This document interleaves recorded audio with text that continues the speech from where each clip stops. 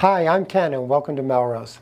This is another episode of Back to Basics, and today I'm here to talk about a new trend, and that trend is grasses. There's so many grasses that we're using in every part of our life today. I remember years ago when we considered most grasses were weeds, unless it was Kentucky blue or something that you were trying to grow. But all those other grasses were just weeds. But now there's so many different ornamental grasses that we're using in landscaping. We're using them all around our yards, in golf courses. You'll just see them everywhere. The grass is growing and they're beautiful in big clumps. And that's the beauty that we want to bring into your home. The difference is at Melrose, we're offering it in a permanent botanical. Permanent because it's artificial and it's silk, but you can take it indoors. It's not like those dried materials that we had years ago that would dry out and fall apart. Our product is made out of materials that is long lasting. So these grasses and grains can go right from your outdoors and now become part of your indoor landscape. And I want you to be comfortable with these grasses and don't be afraid of them. So today I'm going to show you a couple tips how to design with grasses indoors. Our grasses are many. We have over 40 different varieties that span throughout the calendar year. We have grasses for the summer. We have some that we feature for the fall and the winter months. But most of the grasses are in earthy tones.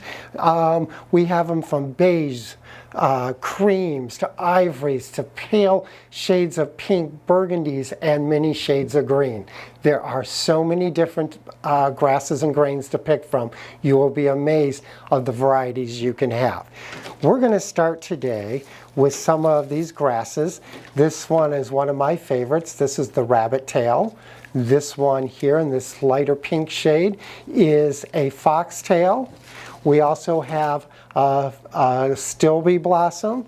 We have multiple different types of plumes and other grains. And we're going to start with this grain. And one thing that I want to share with you is just a simple tip of taking your grasses and putting them in your vase. You want to take them and gather them up in bundles and then tie them with a cable tie or a really tight wire. And the best way to do that is to take your grasses that are all alike, and this is what we call monobotanical, meaning of one variety of botanicals. So we're going to make a clump or a cluster or bundle, as you want to call it, with this material with one of our cable ties. Now, to get the right height, I know a lot of times you take them and you stand it up and measure it and you try to eye how tall I need to cut this off. What you really need to do is take your vase as close to the edge of the table as you can, and then hold your bouquet or one stem of it so that you can measure the height that you want for this vase. I want them to drop right into the mouth of this vase very comfortably and not look like it's being swallowed up, but just resting in there. So once I've done that, I've measured, I got my spot, now I can cut them off. I've already pre-cut some of them so just to save some time. So now I know my length. Take my wire cutters and cut the stems off. And now let's regroup our bundle. Some of our bundles this is multiple stems in this bundle, but the bundle's a little bit too small. So I'm going to add some bundles together to create a larger one. Take your cable tie, tie it off, clip off the excess, give it a little fluff, let some air go through there. Some of them are even wired where they'll flex a little bit and bend. You can do some shaping, then carefully drop it into your vase. Very quick, very easily done. Grasses and grains in a vase. Now, I've done this type of bundling for other vases, and these vases are incredible. They're also new for our 24th season. These vases are the perfect host to hold all of our grasses and grains throughout the whole year.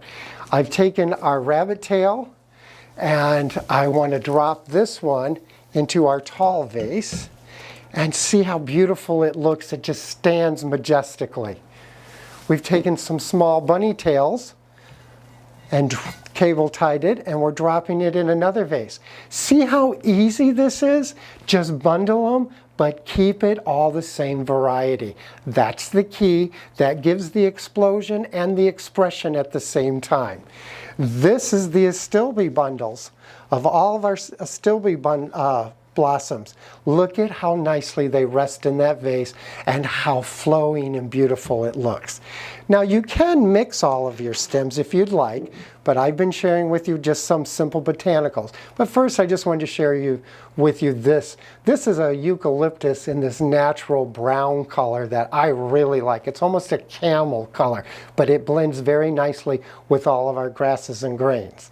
Now here in this larger vase, we're going to do an arrangement using our bundles of multiple different varieties. So we're going to start with some of the foxtail. I've already made a clump. We're just going to set that one in that way. We've taken another clump, put it in over on this side, and let's add some of our plumes. And see, once you have them bundled, how easy this is to build your arrangement. Now let's take a taller one that we've left taller and put it right in the back. See how quick and easy that arrangement can be built. We're going to add one more little element of surprise. I like to add other elements that add another character or another texture. We have all these plumes and grasses and grains going. So we're just going to take this little bundle of berries and add it to the front. And I can't see very well, but I think I can make this happen here. Let's come around this side and just push it in tight. This creates sort of a fun little focal point, and it adds a little element of surprise and a variety within the texture. Grasses and grains at Melrose. Our grasses will grow on you.